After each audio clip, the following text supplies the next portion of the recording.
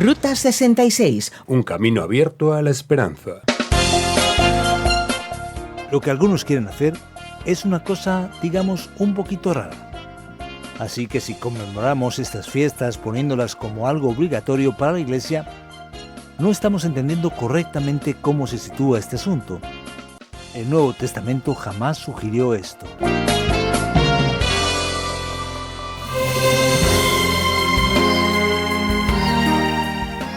Si estás pensando hacer el recorrido por la mítica Ruta 66, debes saber que se tarda aproximadamente 15 días en hacer el recorrido completo. La ruta cambia continuamente debido a que nadie repone el asfaltado que se pierde. Así podrás conducir por tramos perfectos y por otros algo más arriesgados. En Tucumcari, Nuevo México, encontrarás la única gasolinera que lleva funcionando desde que se inauguró la ruta.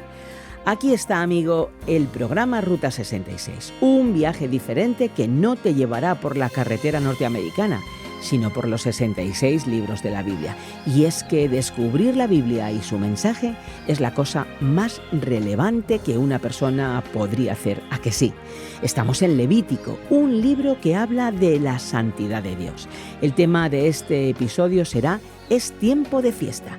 Vamos a descubrir en los capítulos 23, 24 y 25 cómo los principios de justicia, libertad, igualdad y fraternidad son parte del plan divino para nuestras vidas.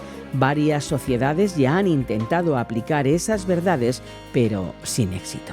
¿Quieres saber el secreto para poder lograrlo? Pues ven con nosotros. Soy Esperanza Suárez y junto con Andrés Ocampo te vamos a acompañar en este viaje que ya te adelanto será una verdadera fiesta. Cuando empezamos el capítulo 23 de Levítico, el texto, según la Nueva Versión Internacional, nos dice que el Señor le ordenó a Moisés que les dijera a los israelitas: «Estas son las fiestas que yo he establecido, y a las que habéis de convocar como fiestas solemnes en mi honor. Yo, el Señor, las establecí». Como podemos observar en el estudio del Levítico y también lo que ya estudiamos en el libro de Éxodo, había toda una necesidad muy clara aquí en la Biblia de hablar sobre lo necesario que es demostrar gratitud y rendir culto a Dios de manera concreta y objetiva. Las cosas no se quedaban tan solo en el pensamiento. La idea no era apenas que la persona tuviera intenciones emocionales o abstractas sobre Dios, sino manifestarlo con bastante claridad y de manera muy concreta y clara. Y aquí vamos a observar cómo en el tiempo había un periodo sagrado durante el ciclo anual que ocurría en el Israel del Antiguo Testamento. Los capítulos 23, 24 y 25 concentran la atención en esta cuestión específica del tiempo de Dios. Y al revés de lo que mucha gente esperaría, era un tiempo muy alegre, un tiempo de fiesta y de celebración.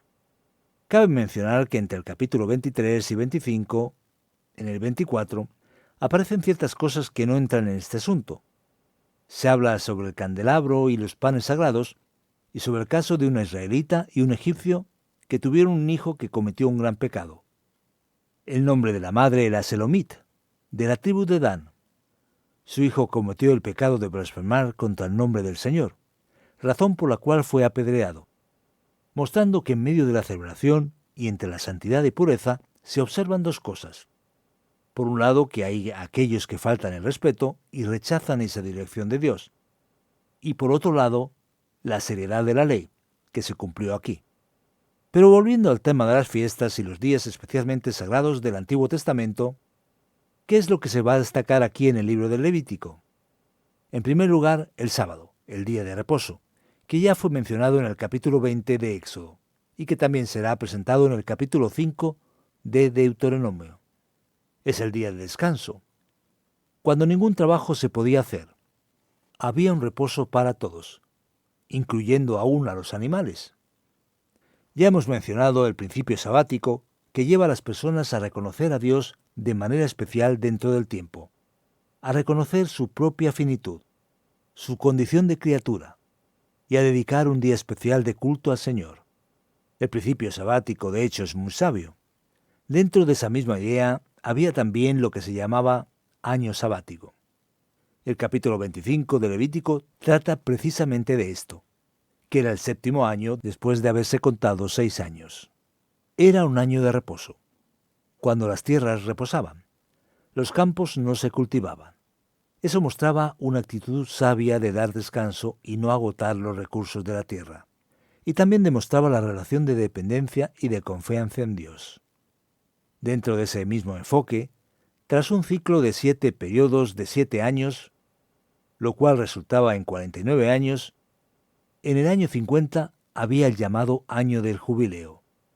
En esa ocasión, las deudas eran canceladas, se liberaban a los esclavos, y las tierras se devolvían a las familias de los dueños originales.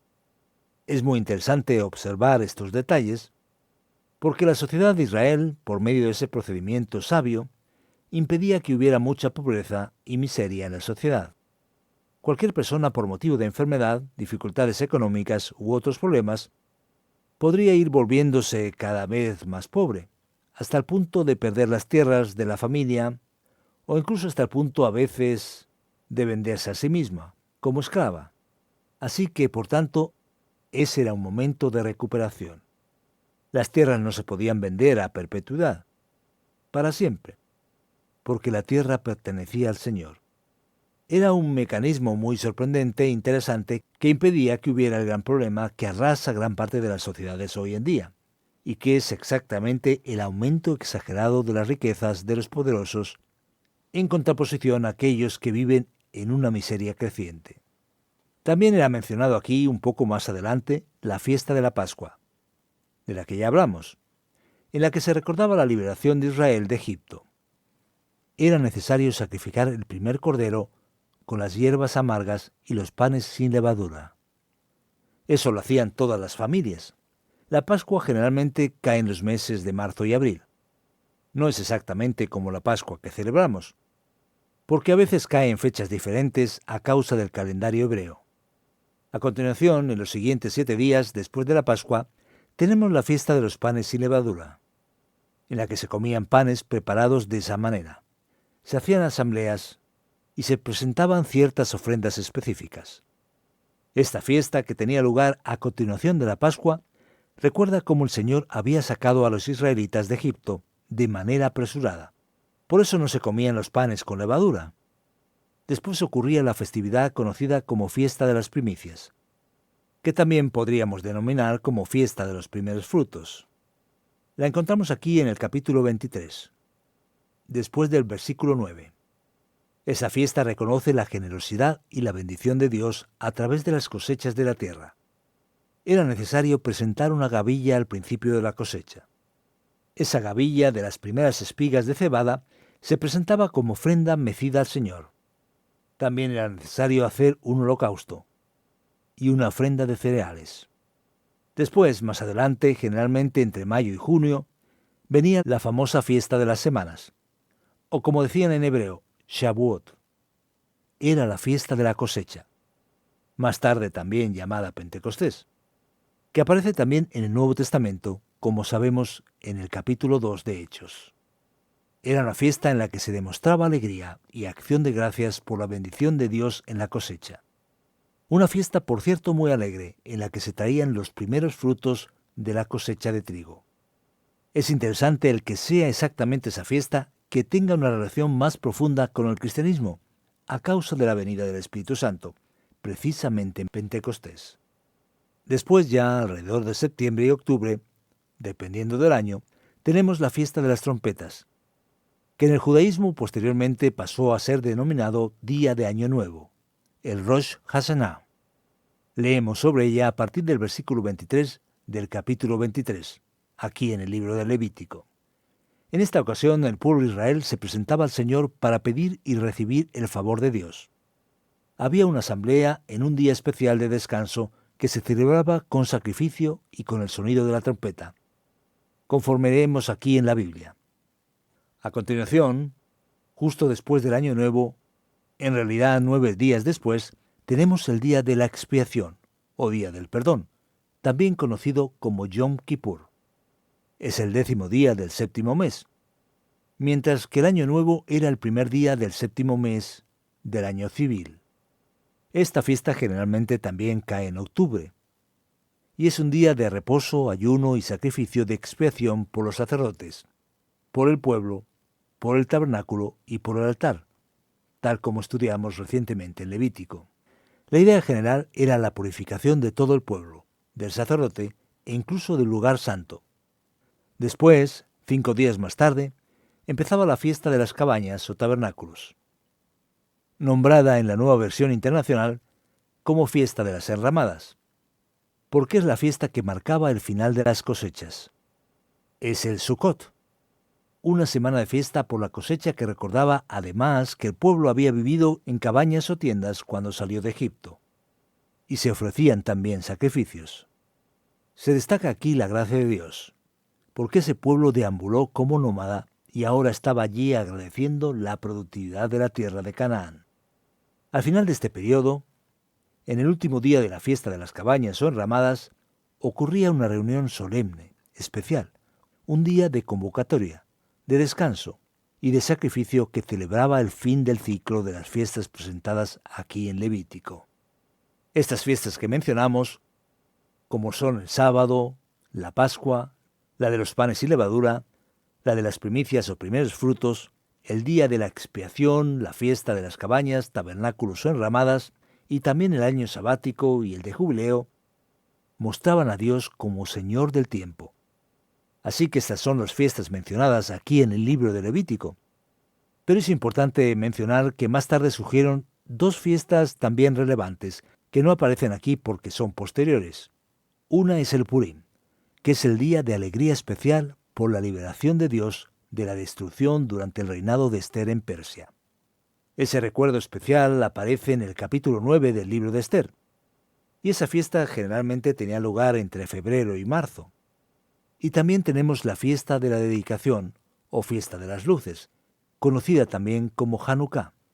La única mención bíblica está en el capítulo 22 de Juan, versículo 10, que recordaba la liberación del dominio romano en la época de los Macabeos, alrededor del año 165 a.C.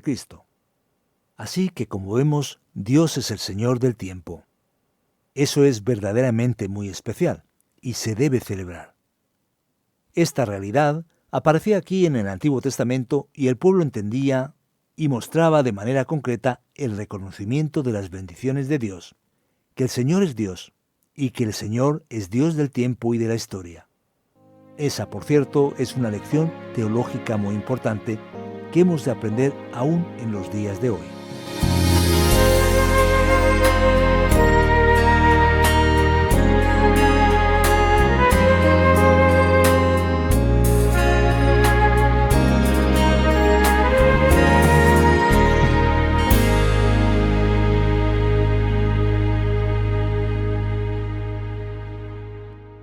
En nuestra Ruta 66 no hace falta repostar el combustible.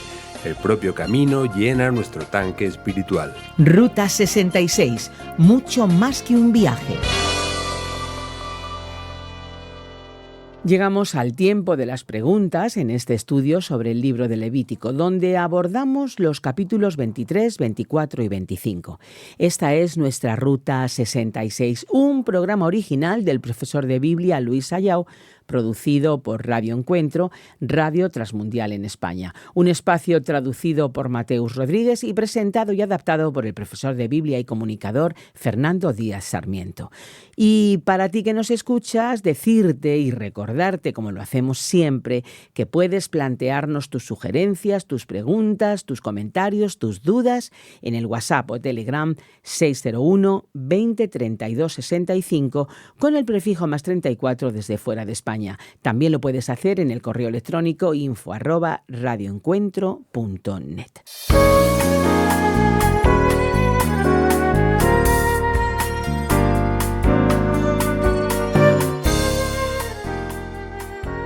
Nos ponemos a pensar. Vamos a ver. ¿Era la sociedad de Israel una sociedad socialista o se aplicaba realmente la teocracia? Mira, Esperanza, esta es una pregunta importante, pero también difícil. Mira, creo que la primera cuestión que necesitamos abordar es si se puede separar esas realidades.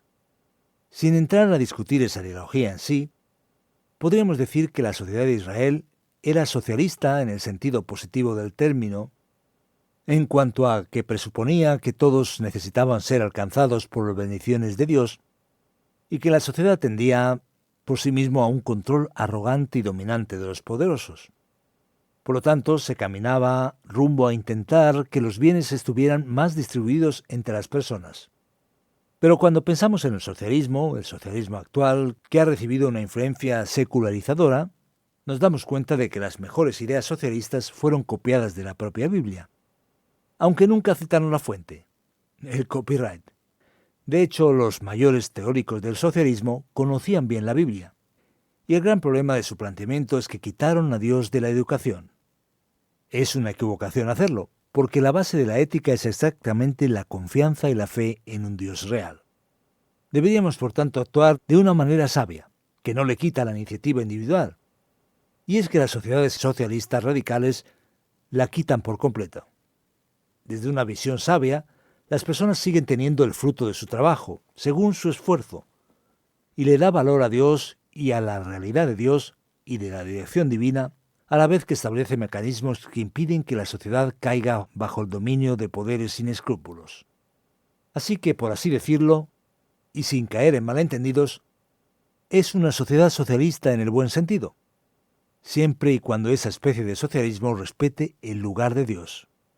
Ahora bien, si el socialismo quiere cortar la raíz de la ética y de la igualdad humana, entonces se convertirá en algo tan peligroso como puede ser el capitalismo extremo y otros tipos de emprendimientos políticos humanos.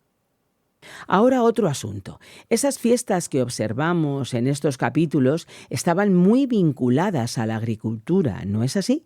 ¿Deberíamos seguir y practicar esas fiestas? De hecho, los hay que tratan de resucitar estos eventos, ¿no te parece? Aquí hay dos cuestiones diferentes. Es interesante observar que la agricultura en Israel se aprendió con los pueblos paganos. Por esa razón había un peligro muy grande de que la religiosidad pagana estuviera asociada a la agricultura.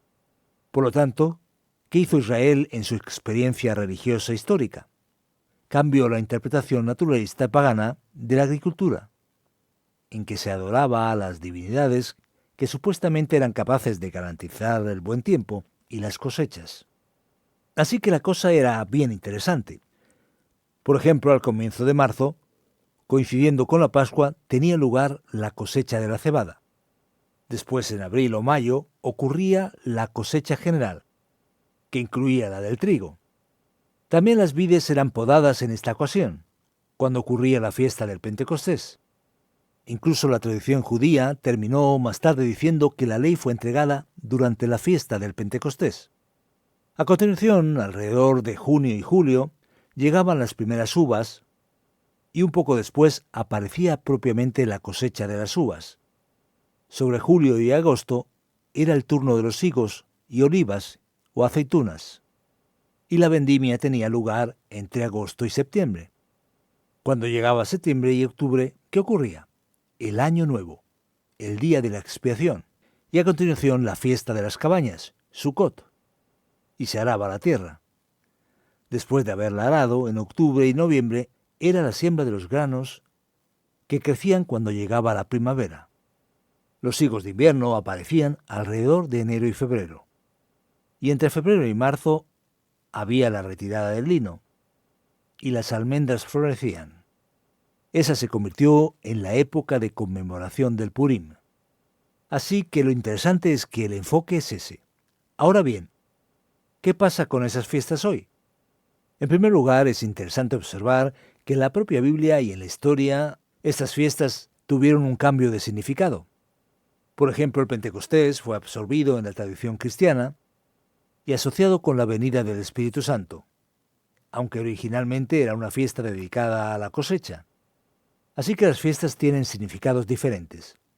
Históricamente, muchas de estas fiestas judías tuvieron influencia en la tradición judía, como ya hemos mencionado.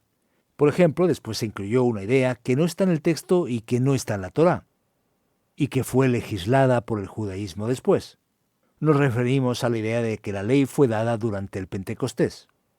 Así que tenemos estas fiestas que recibieron influencias de los judíos y de otros movimientos.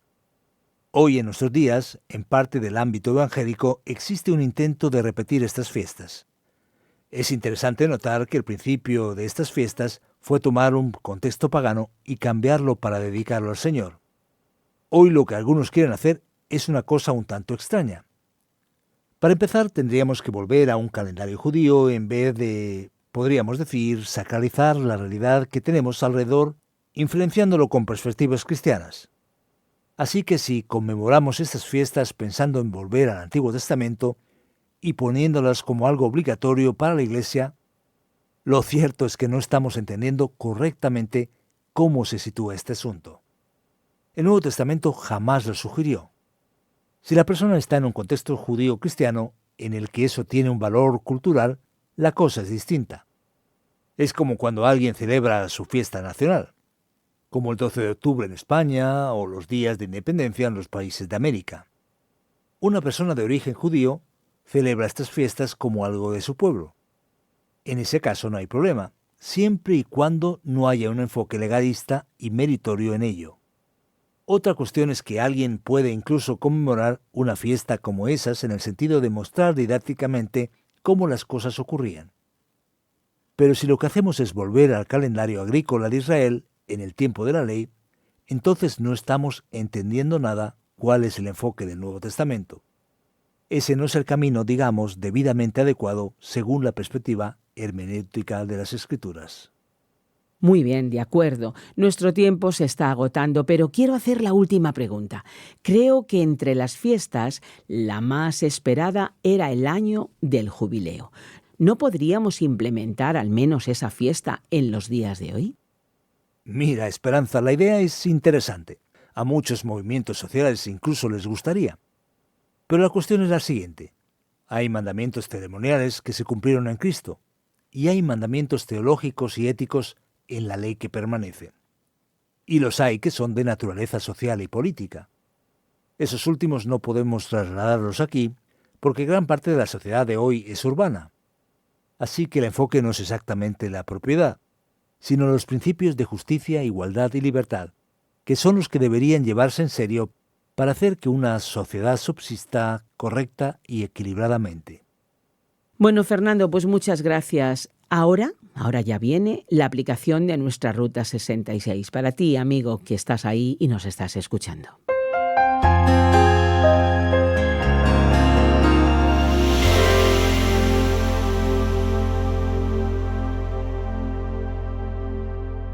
Después de estudiar los capítulos 23 al 25 de Levítico, en nuestra Ruta 66, hablando sobre el tema «Es tiempo de fiesta», ¿qué gran lección aprenderemos aquí en este texto bíblico? La gran verdad que seguramente nos beneficiará es descubrir que el Dios de la Biblia es el Dios del tiempo y de la sociedad. Muchas personas cuando piensan en religiones, en la fe en Dios, se imaginan una cosa totalmente espiritual, un tanto esotérica, separada de la realidad y del mundo. La gran verdad es que la relación con Dios, como es debido y adecuada, es con un Dios que se manifiesta en la historia. Por eso Él es el Señor del tiempo. Por eso tenemos fechas especiales que recordamos para rendir culto a Dios, reuniéndonos como personas que adoran a Dios. Él es el Dios del tiempo y el Dios de la sociedad. Siempre y cuando los principios del Dios bondadoso se lleven en serio, tendremos una sociedad menos problemática, menos marcada por crisis terribles. Recuerda, la verdadera espiritualidad no es solo tener a Dios en el corazón, sino también tener a Dios en la vida práctica, en el día a día, y también, cómo no, al relacionarnos con los demás. Que Dios nos ayude.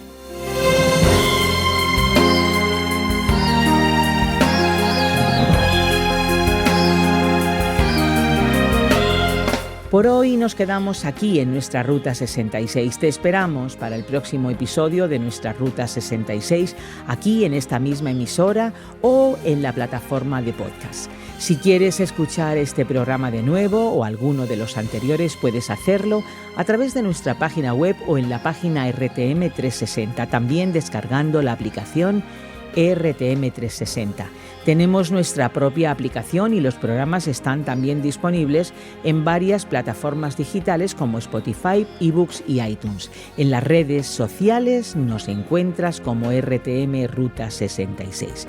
Si tienes comentarios e impresiones del programa, las puedes compartir con nosotros a través de un mensaje escrito o un mensaje de voz en el WhatsApp o Telegram 601 20 32 65 con el prefijo +34 desde fuera de España. También lo puedes hacer usando el correo electrónico info@radioencuentro.net. Nos encantaría regalarte la guía comentario para que conozcas más a fondo la Biblia.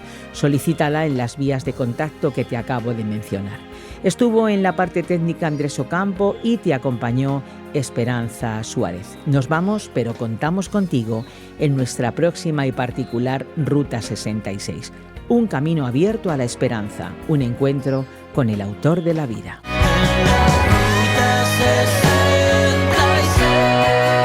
Descarga la app de Ruta 66 y sigue RTM Ruta 66 en las redes sociales.